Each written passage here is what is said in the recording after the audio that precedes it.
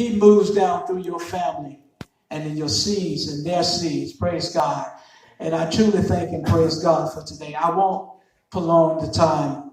Amen. Amen. I have a friend of mine who I came into the ministry with.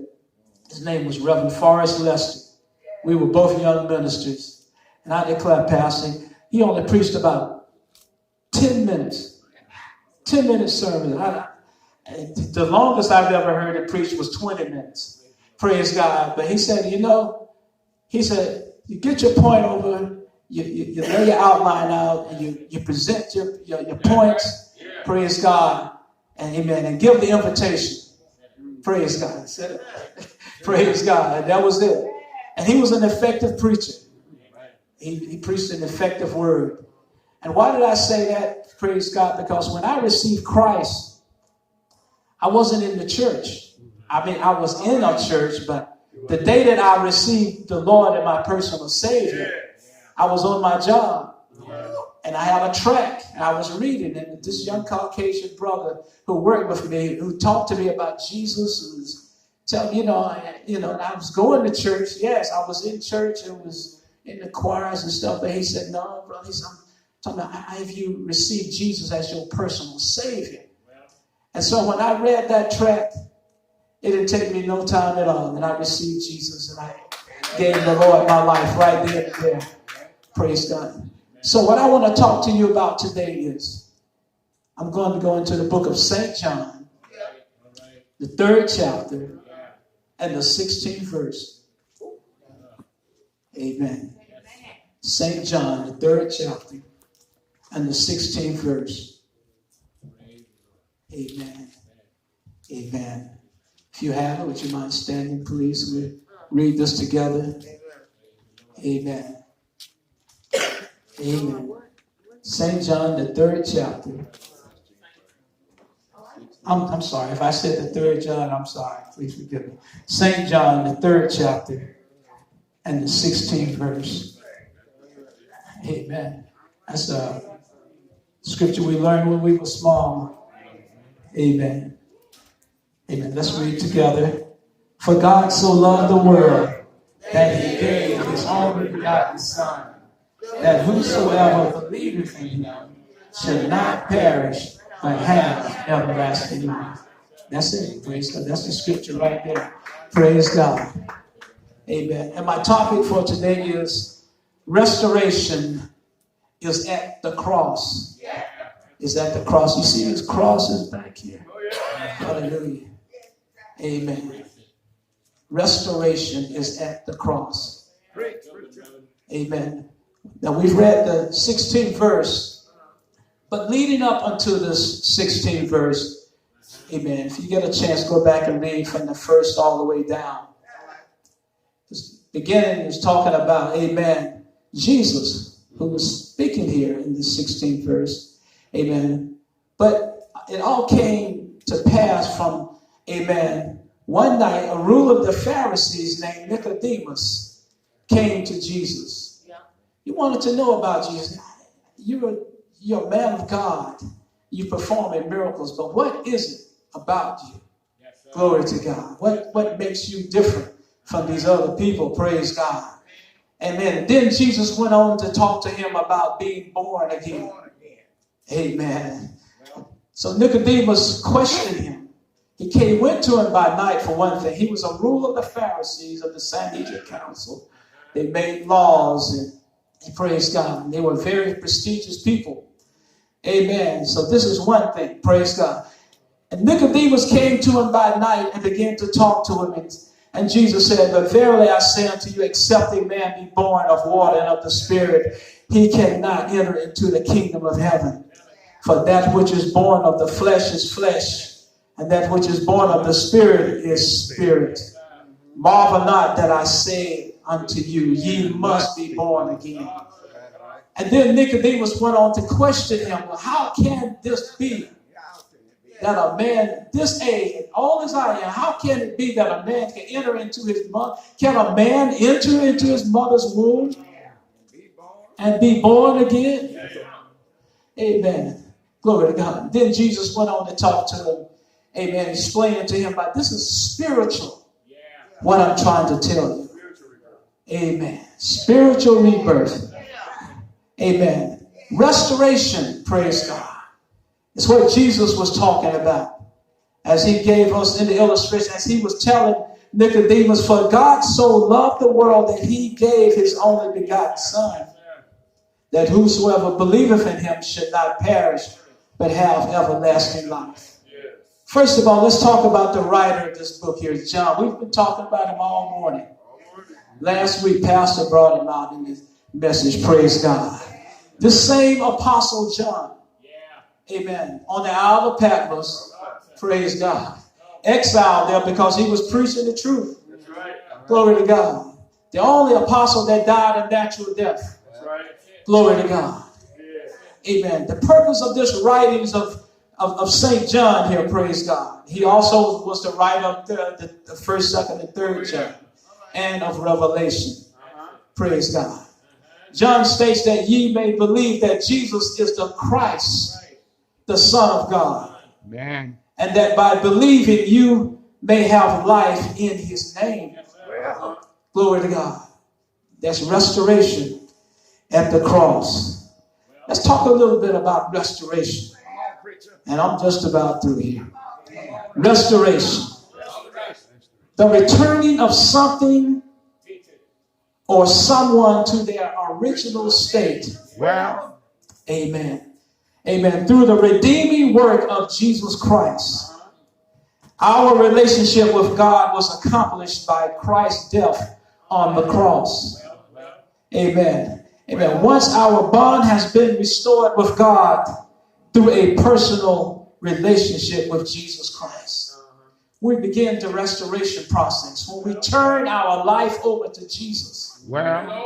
Amen. When we give him our life, when we know that we walked in this path for so long, each and every day of our life, glory to God, and we have not asked Jesus to come into our life, we know that we need Jesus. Amen. 2 Corinthians 5:17 says, therefore, if any man be in Christ, he is a new creature. All things are passed away. Behold, all things become new. Glory to God. Being restored again. You ever seen furniture that's old? Or a car that's old? Preacher. Praise God. Sometimes you can take those old cars and, amen, and then if the outside is worn down, you can get it rebuffed up and get it polished out and get it repainted. And inside of you open up the hood, praise God, all of the old parts, maybe like a 57 Chevy or something, praise God, it's old and they're all worn out. You got to go back and get the parts and replace them. Amen. Amen. You restore it.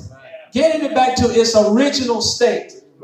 Amen. Because you can't put all those old things back in and expect it to work. Amen. If you're going to start on the outside, you got to go on the inside. Amen. Inside of the engine, which causes the car, the outside of the car can look nice, but if the engine is not right, it's not going to go anywhere. Amen. So therefore, you have to get Christ on the inside. Amen. We can dress ourselves up on Sunday mornings, Monday, Tuesday, or whatever day of the week, and we can look very nice. Amen.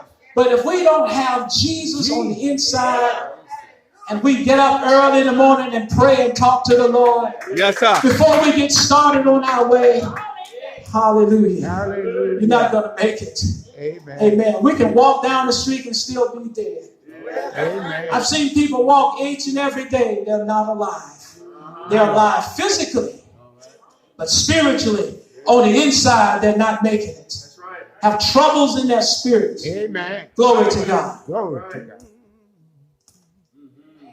Amen. Remember, God values us so much that he sent his only son to show us the way to salvation and eternity. Amen. That we can live with him forever. We are loved by God, church. Amen. Romans 5:8 says, but God commended his love toward us in that while we were yet sinners, Christ died for us. Amen. That's restoration. That's still hope. Regardless of how bad it gets, How worse it seems. Amen. There's life. Hallelujah. Glory to God. Can I tell you something? Praise God. Amen. Before my daughter, before she and her husband were married, praise God. I was one day, it was on the job, my wife and I, we were working together again, and she called, and she said, well, and they said, well, your daughter's on the phone. And I went down to the phone, and I said, yes? And she said, Dad, I need to talk to Mama. I said, why? She said, I need to talk to Mama. Praise God. And so I went and told my wife. I said, Nikki's on the phone. That's her nickname, Nikki. Praise God. And she talked to her mama. She came back up to me and she said, well, DJ, she said, I got something to tell you. I said, what is it? Praise God. She said, Nikki said she's pregnant. I said, she is. I said, what did you say to her? She said, I told her, you're going to have that baby and you're going to live. And you're going to raise her and she's going to be holy.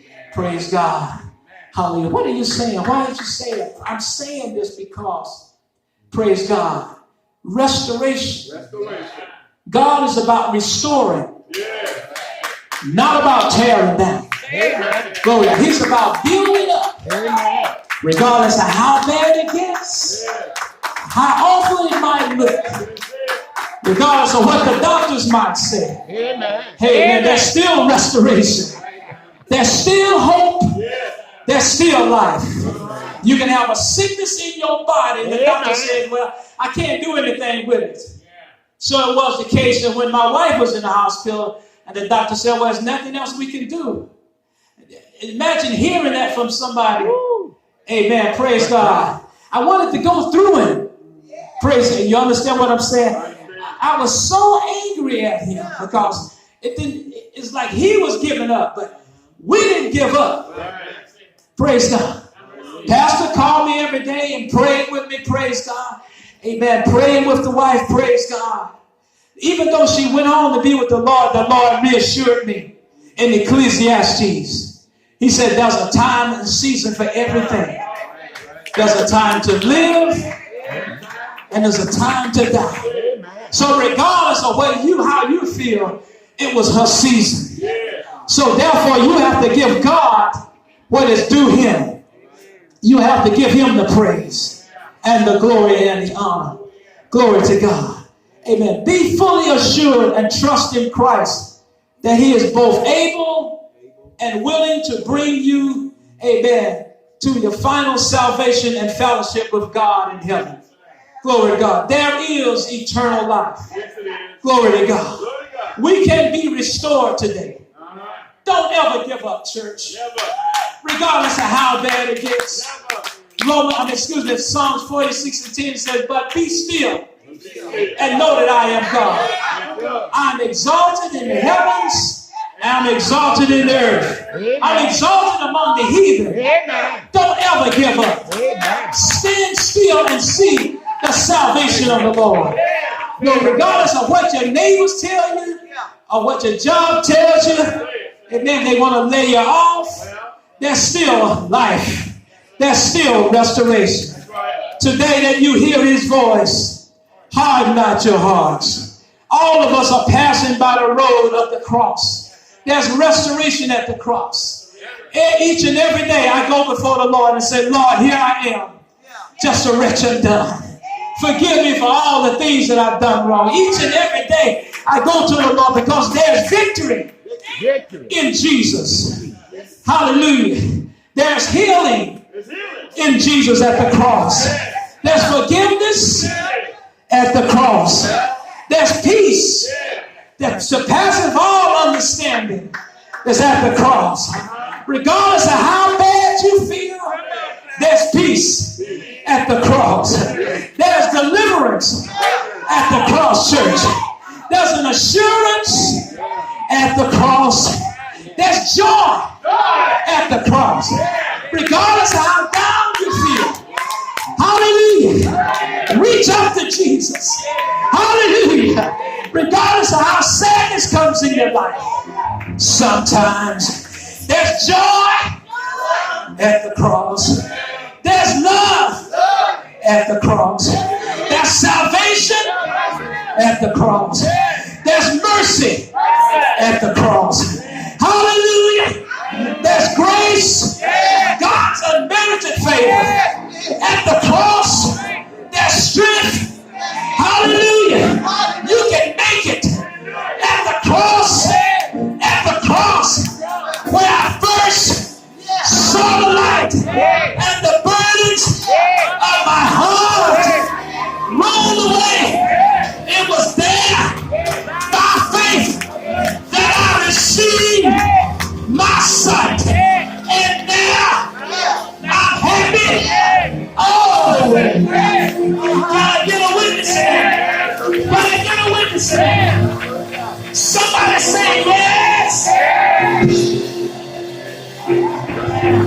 Somebody say yes. Jesus, there's redemption at the cross. Hallelujah. I'm trusting Jesus today. As we look at the cross, Jesus, He's our blessed hope.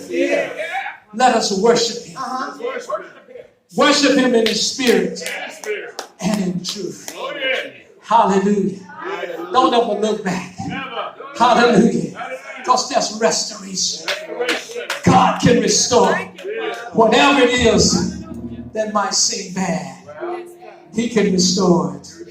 Hallelujah. Glory to God. Hallelujah. Praise God. Praise His name. Put your hands together. Open the doors of the church.